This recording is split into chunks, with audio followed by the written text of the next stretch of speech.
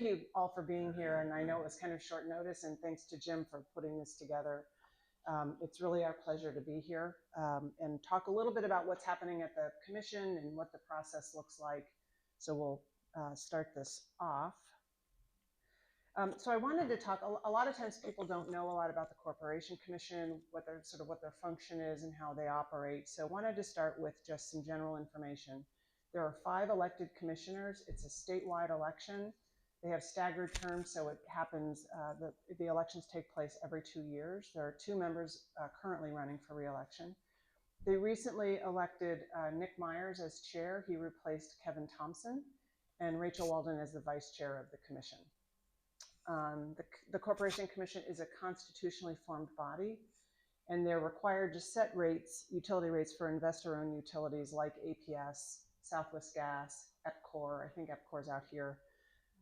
All of those companies file applications in there, and then they get presented to the Corporation Commission. The Commission regulates water, wastewater, telecommunications, gas, and electric utilities.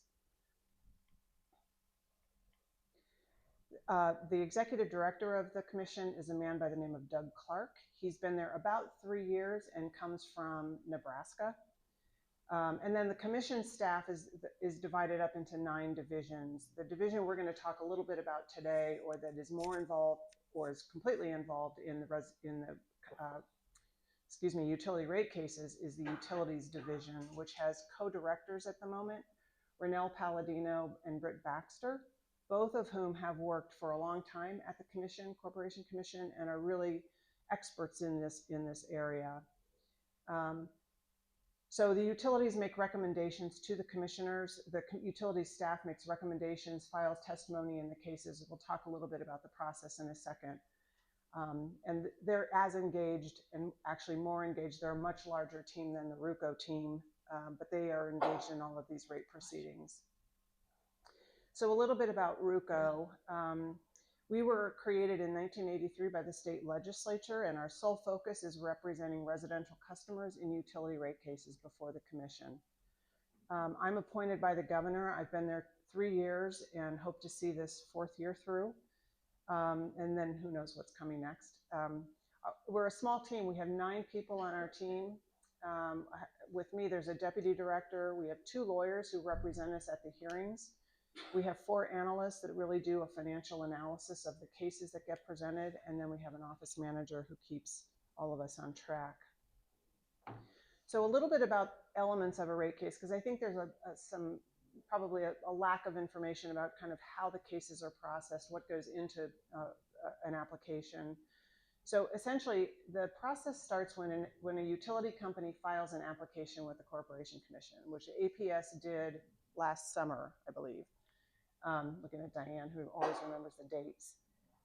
So they file an application. In this case, APS's application filled 4 binders that are about 3 inches thick. So they're data intense and they're testimony intense.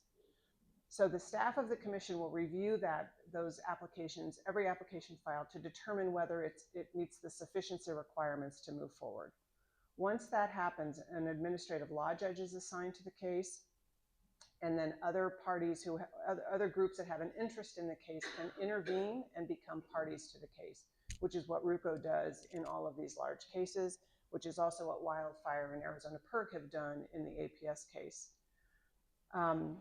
The administrative law judge will also set the procedural schedule for the case. So she or he will set the timing for when testimony is going to be due, when the hearing is going to take place, and when public comment is going to take place.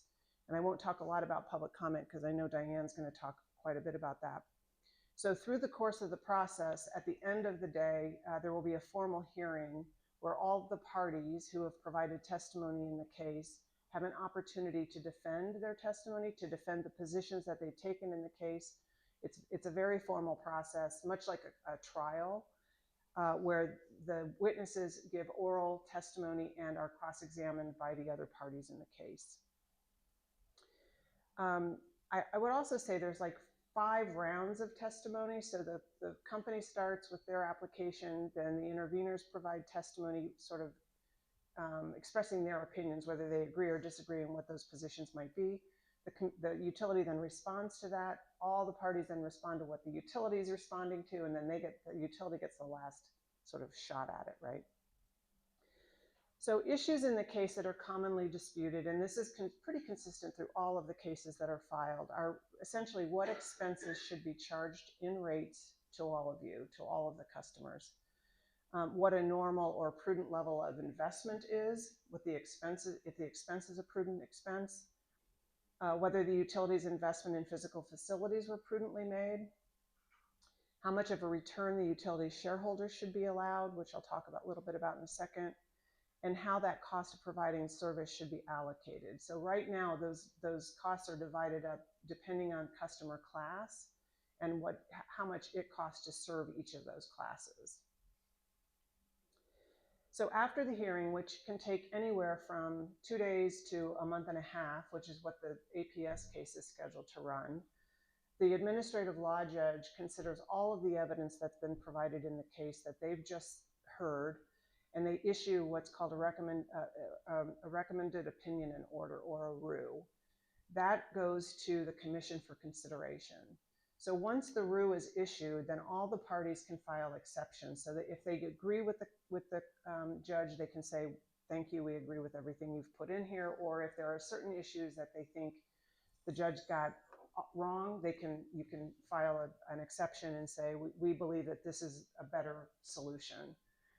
The RU can also be amended by the commissioners themselves, and usually what happens is they'll file a formal amendment, a written amendment that people can then react to and be prepared to respond to at the open meeting.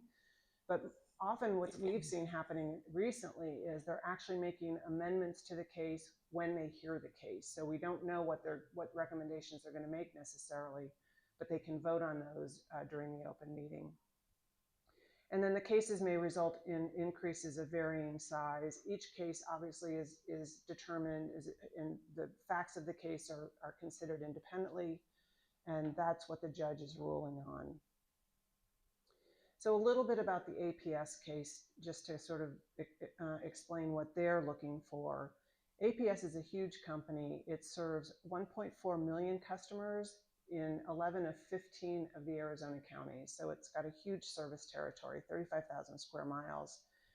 Their last case was decided in 2023, and they were authorized to earn authorized to charge an 8% increase, earn an 8% increase on those expenses. So this year they're back for a variety of reasons, which we'll talk about in a second. But what they're looking for in this case is a net customer rate increase of $579 million, almost $580 million. They're looking for a return on investment of 10.7% and a fair value increment of 1%.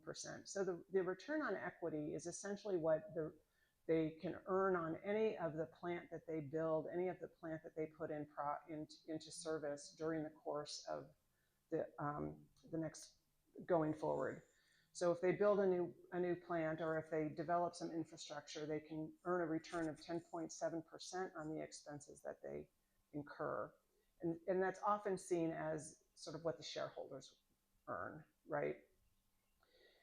In this case, they're saying there will be an average increase to residential customers of 14.58%.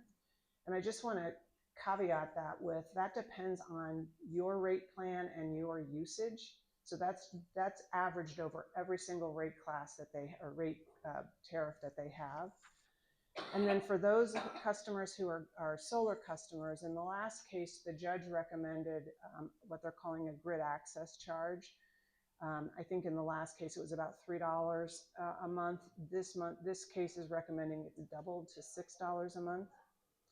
And then the other thing that this company is requesting, along with just about every other utility company in the state right now, is to begin using a formula rate, that be approved and implemented. And I'll talk a little bit more about formula rates in a second.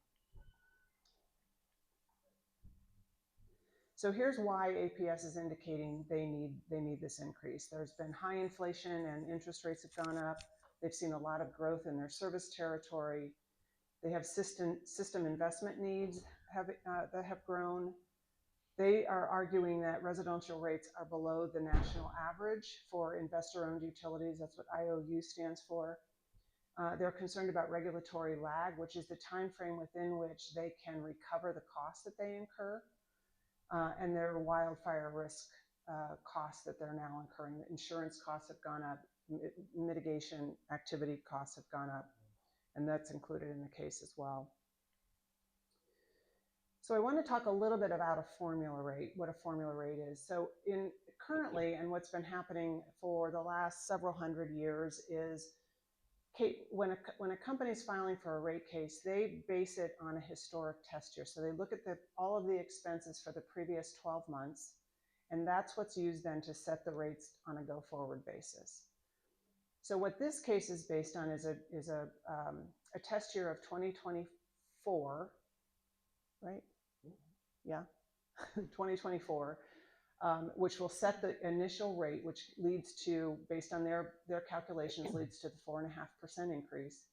But what they're now recommending is that in the context of this case, they're going to develop a formula that they will use going forward every single year to true up expenses that they incur and pass those along to customers on an annual basis. So what RUCO is anticipating is that your rates are going to go up every year. What the company will say is they can go up, but they can also go down, or there may not be a charge. We kind of have the same kind of reaction, but that's what they are. And I will tell you, every company's coming in. In fact, there's going to be a case on the Commission's open meeting agenda next week for the first formula rate to be authorized for consideration and ultimately authorized. So here's why utilities argue formula rates are a good thing. They say it improves the regulatory environment, it's rate gradualism and avoidance of rate shock for customers. They can flow through cost savings to customers as they occur. There's a reduction of regulatory lag, which I mentioned a minute ago. It can prevent under and over recovery, that there's a guaranteed return for them. Right now they have, so when this increase, when the 10.7% increase is set, or the ROE is set, they have an opportunity to earn that. It's not guaranteed. I mean, it's based on how they manage their costs and expenditures, and they have that opportunity to earn up to that amount. This will allow them to earn that amount based on how the formulas are being designed. It will facilitate investment in generation and transmission. It will eliminate the need for frequent, lengthy, costly rate increases, and it will strengthen transparency and ratepayer protections. These are the concerns that advocates have, including RUCO, and I'll let Wildfire and PIRG speak for themselves, but I think they share many of these. So this formula authorization was the product of about 3 workshops that the Commission held. The Commission then put out a policy statement that was given about a week to 2 weeks for everyone to review and make any suggestions on, and was implemented very quickly. There was no evidence provided, there was no hearing held. It was a workshop where presentations essentially were provided to the Commission. We think that was too fast, and we also think the process by which it was implemented, which was a policy statement, was not appropriate. And so RUCO has challenged that process in court, and that's currently pending. We are concerned about a lack of evidence that claims the benefits truly exist. So all of those things that you saw on the previous slide, we're not convinced that those will come to fruition or that they benefit customers, frankly. Customers pay more in states that have formula rates. They're consistently going up, and they're going up at a higher, a speedier rate than we've seen in sort of the historic test years. The process is greatly reduced, so these happen much more quickly. There's a limitation on who can participate in challenging the formula that's trued up on an annual basis. So if you're a party to the case, you can participate, but if you're not, you're often excluded. There are annual true-ups. The adjusters, so there are adjusters now on your bill. If you're an APS customer, you'll see a whole list of different charges, kind of surcharges. There's a purchase fuel adjuster, there's an environmental adjuster, there's an energy efficiency, DSM adjuster. There's a variety of things. Solar has a separate list. Those are supposed to all go away in the context of these formula rates, but I will tell you APS is including them in their process. Those adjusters add to the bill that you receive. And then as I just mentioned, they were supposed to go away. However, current proposals retain most of them. So that in a nutshell is my presentation. We'll take questions when the three of us are done, if that's okay. And this is Diane Brown, whether it's in part. Thank you. All right. Well, let me start by just thanking each of you for being here. Greatly appreciate it. And special thanks to Jim and also to Tom for their help in pulling this together. And the poor board, I haven't had a chance to share with Cynthia or Claire yet even, but just did a really nice letter that will also be going into the commission expressing concerns for residents in the community here. So I am going to primarily focus on two things. One is why you should engage in rate cases, and then also how you can engage. Jim already kind of gave the overview. Let me just add to our organization here. We've been working on utility energy issues for about a little over 2 decades now.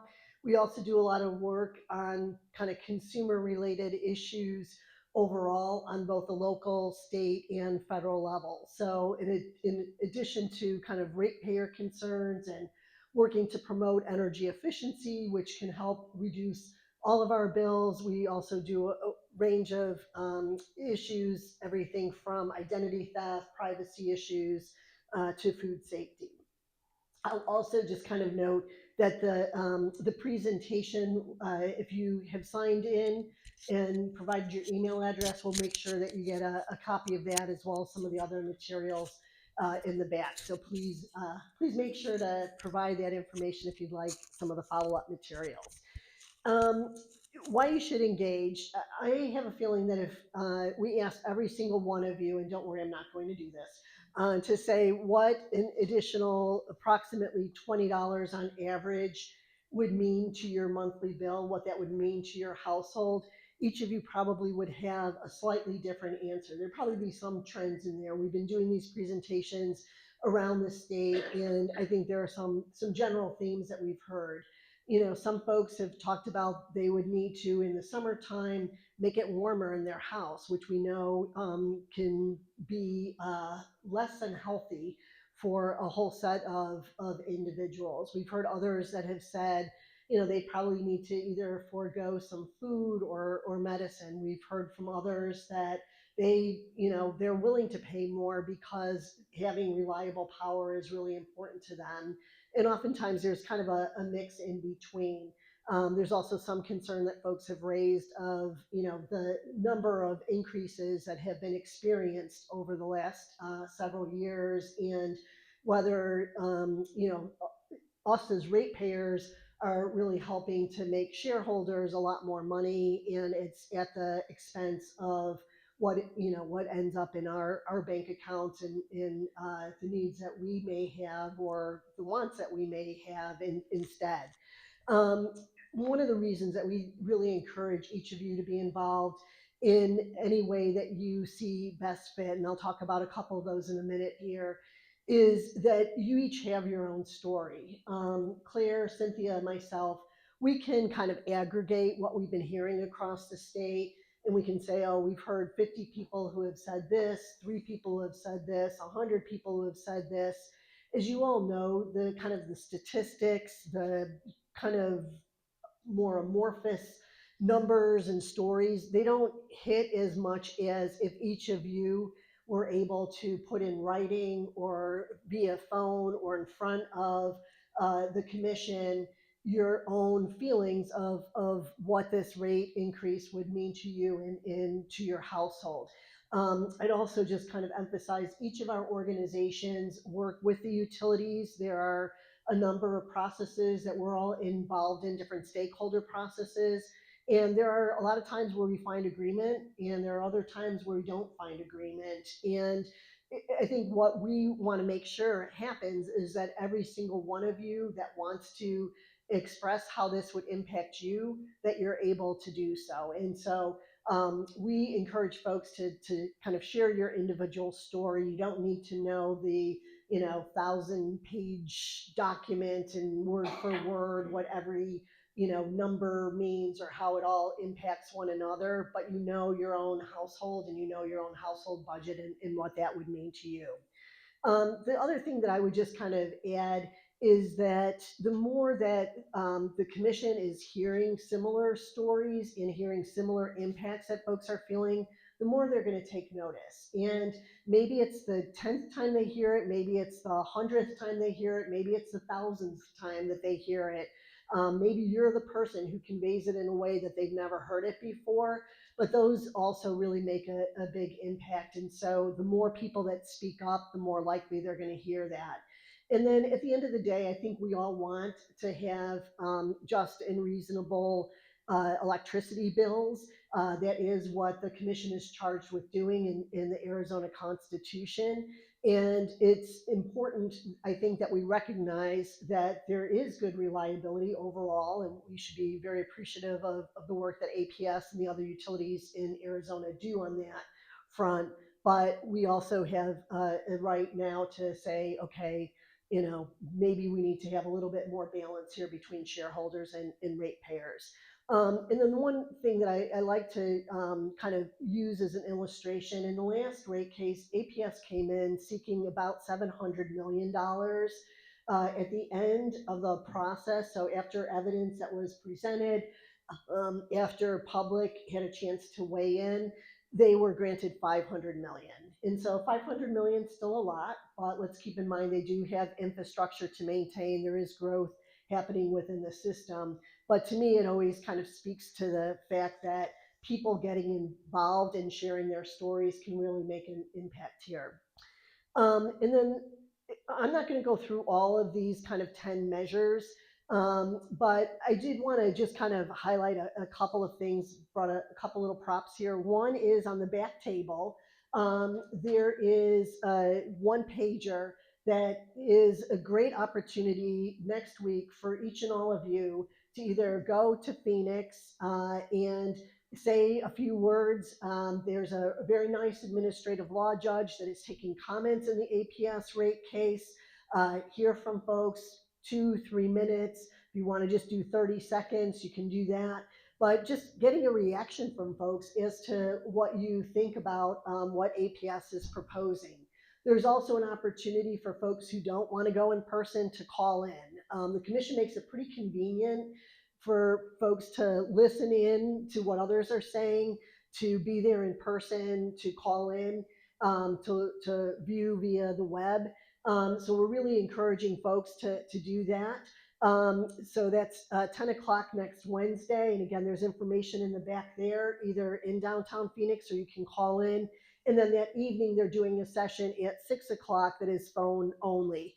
And so that is a really good opportunity to just say a few words of what you think about the APS proposal overall.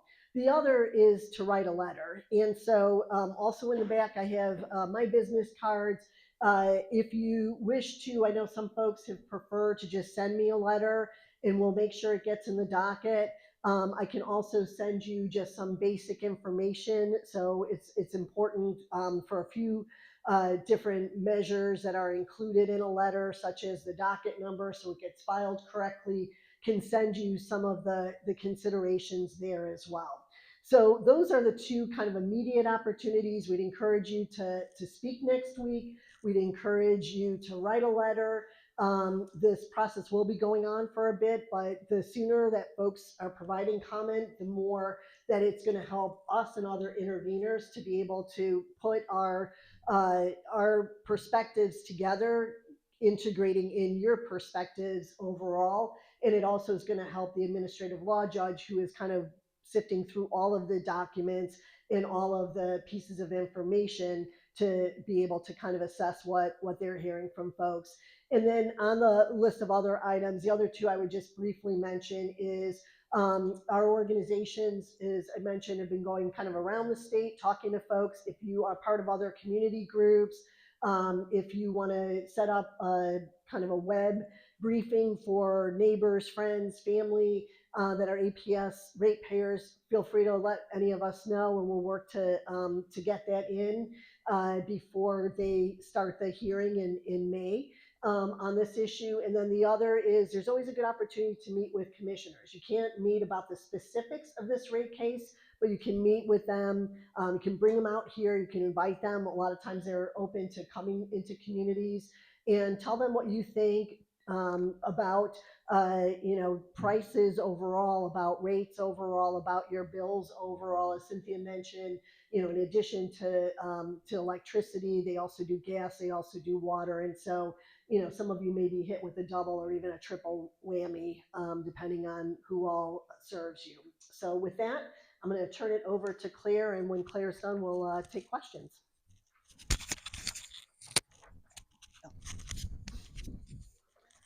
Hi everyone, I am Claire Michael with Wildfire. We're a statewide organization that runs programs and advocates for policies that supports people having access to their basic needs, and that includes utility assistance, affording utilities, and that's my role at Wildfire. I do our energy policy work. So why is this important? Energy insecurity is very rampant in Arizona. It is the inability to adequately meet basic household heating, cooling, and energy needs over time. This is an interplay between the housing, your building envelope, if it's energy efficient, how you cope, like do you use a lot of AC, do you not? And then also the rates, and the rates in Arizona are having a big impact because they keep going up. But being energy insecure is correlated with poor health outcomes, poor academic outcomes for kids. It's a cycle. People end up missing work, which only worsens their financial insecurity and energy insecurity. And on average, energy insecure houses are charged about 20 cents more than non-energy insecure households. And in Arizona, in the last 12 months, almost half of Arizonans have experienced at least one energy insecurity indicator, and that includes 36% of Arizonans reduced or forwent basic household needs like food or medicine in order to afford their energy bill. So people want to pay, but often can't or will reduce one of their other vital needs. And this is important to consider because the price per kilowatt hour has increased 29% for APS in the last 10 years, and it'll only continue to increase with this rate increase. And you're seeing it becomes more of an exponential curve instead of a gradual increase. So this is really unprecedented.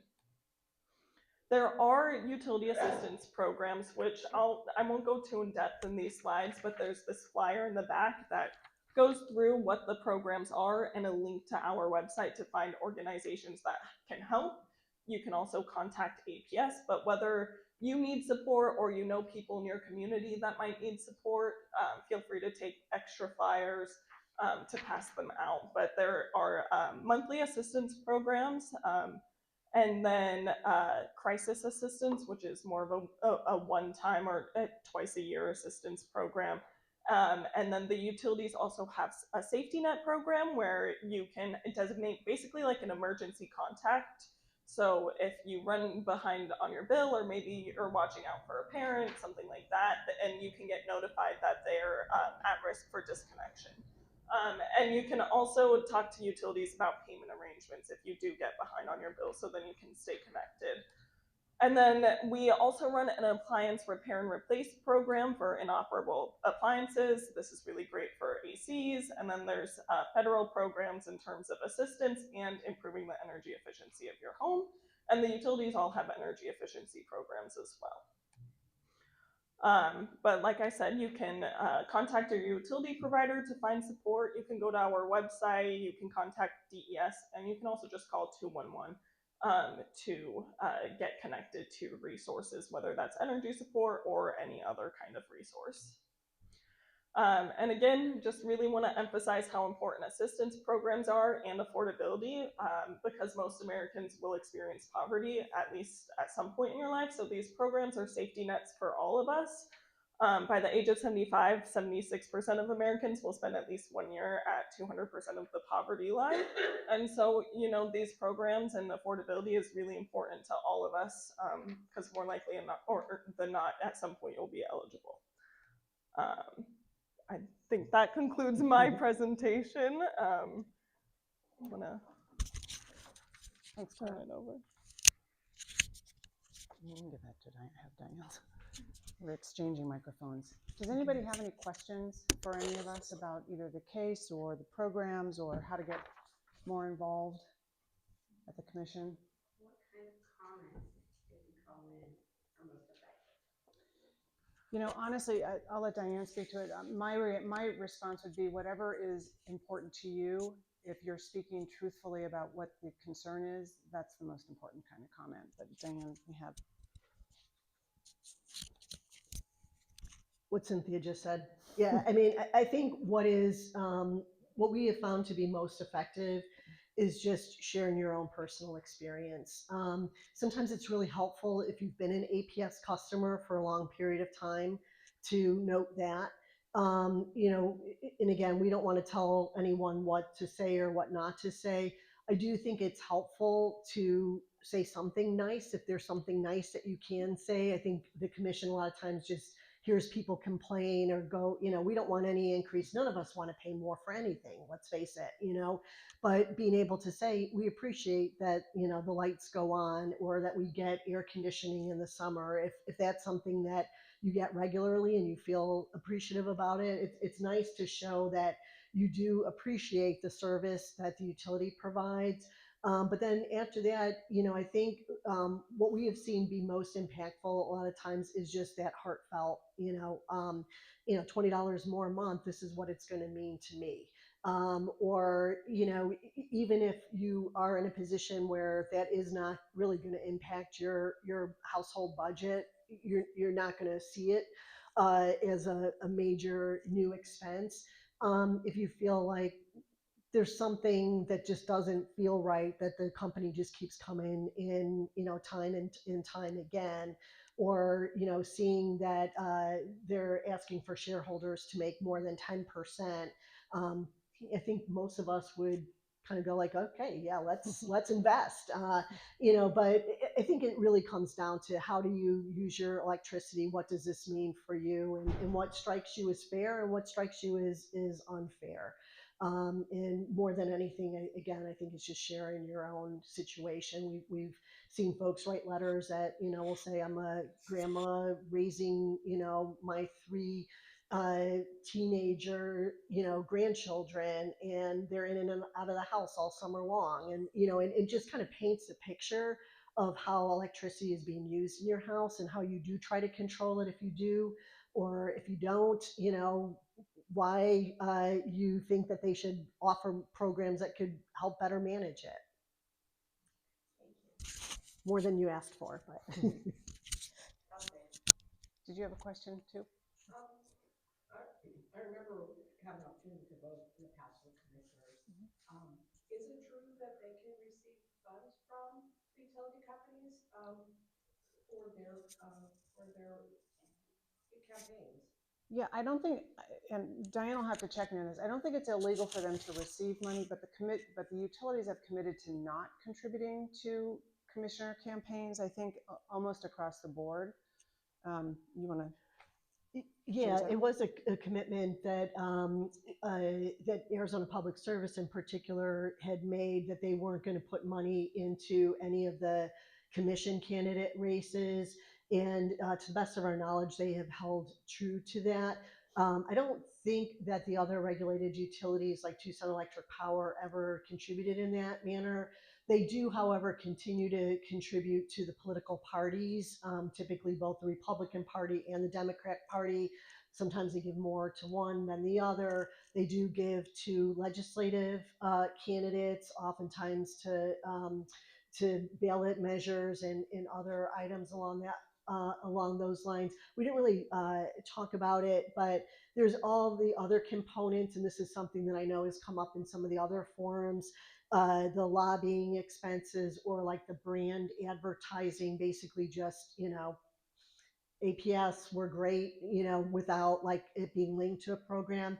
They did in the last rate case.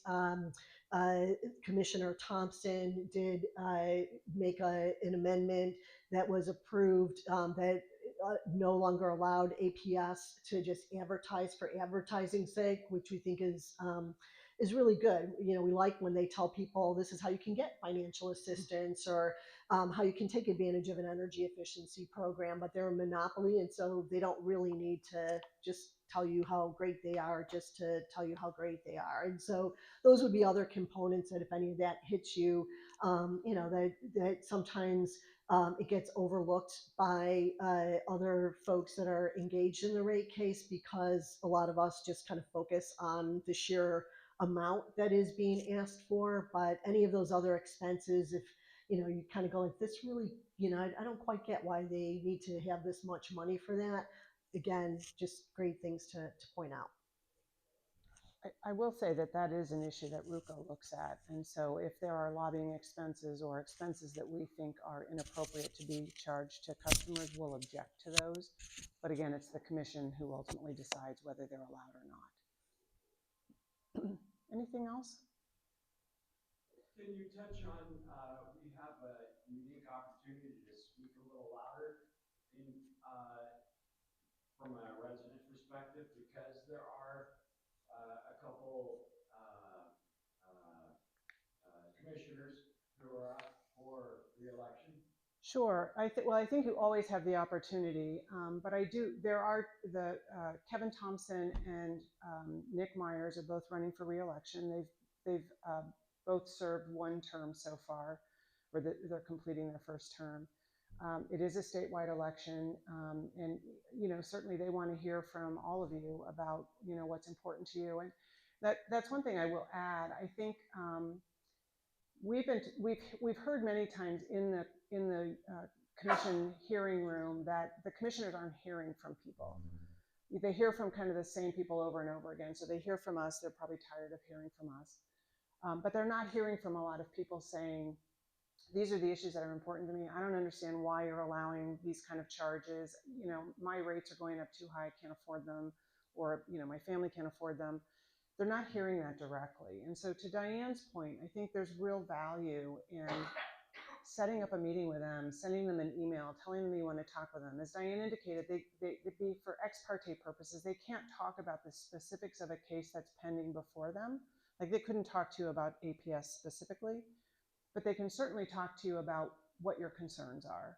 And they can do that anytime. And I think the other thing is that Diane mentioned, they're campaigning. And so many of them, and all of them actually are more than welcomed, are more than interested in coming out to communities and learning more about what the issues are that face you and your neighbors. So I think, if you're inclined, inviting them to come out and have a forum out here, I think is really, could be a really important thing to do as well. Whether there's a rate case pending or not. But I'll tell you, there's always a rate case pending. And EPCOR is coming in soon with another rate case. So get ready. And if I may, one of the things that we're concerned about with formula rates is EPCOR will be seeking a formula rate. Southwest Gas is filing a new case in March of this year. They just resolved one a year ago, last year. They're looking for a formula rate. So if these formulas continue to be authorized, you will have an increase from APS, from EPCOR, and from Southwest Gas if you're a Southwest Gas customer. So it's not just one case. Some of the territories where people are living will see 4 increases a year. And we're super concerned about that. So the only argument that we hear that we believe truly is intended to support residential customers is this argument about rate gradualism, which essentially means your rates will go up a little bit every year, but you won't wait 3 to 5 years and then see a bigger rate increase. We're not buying that. We're not. But I am curious about how you feel about that. So if, for example, Cynthia, there's a slide, I think. okay, if, for example, APS receives the increase that they're asking for, you will see, just on average, a 14.5% increase, right? Next year, that's going to go up. So it goes up from the 14%. It doesn't start over. It's not reevaluated. It goes up again. So every year, essentially, every year they're going to true up expenses. And what we believe will happen and what we think has been demonstrated is that you'll actually be paying more over time than you would if it was a more traditional rate case. So I don't know. Do you guys have any sense about whether you'd like to see? I mean, if it does make sense, we want to advocate for that. Honestly, we want to know what is best for all of you. Is it better to sort of have your rates go up a certain amount and we don't know what those amounts are, by the way, that changes year to year, but to go up probably less than 14% next year, I would guess, I would hope. But does that make sense to you? Do you think you would prefer annual increases versus waiting 3 to 5 years for another rate increase?